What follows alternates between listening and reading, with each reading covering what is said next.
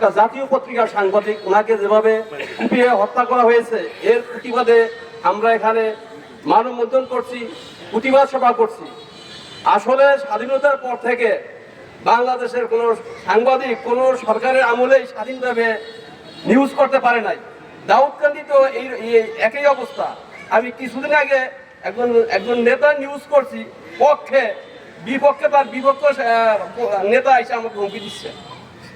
কেন তার পক্ষে নিউজ করা হয়েছে? এভাবে বাংলাদেশ চলছে। আমরা চাচ্ছি যে স্বাধীনতার পর যেভাবে চলছে এভাবে আর চলতে দেওয়া যায় না। আমরা যাকে হত্যা করছে তাকে সুষ্ঠু তদন্ত করে তার সর্বোচ্চ বিচার দাবি জানাচ্ছি। দ্বিতীয়টা, তার পরিবারে সর্বোচ্চ ক্ষতিপূরণ দিয়ে আমরা ক্ষতিপূরণ দাবি জানাচ্ছি। আর তৃতীয়টা, সাংবাদিকদের নিরাপত্তার জন্য নতুন আইন প্রয়োগ করা হোক।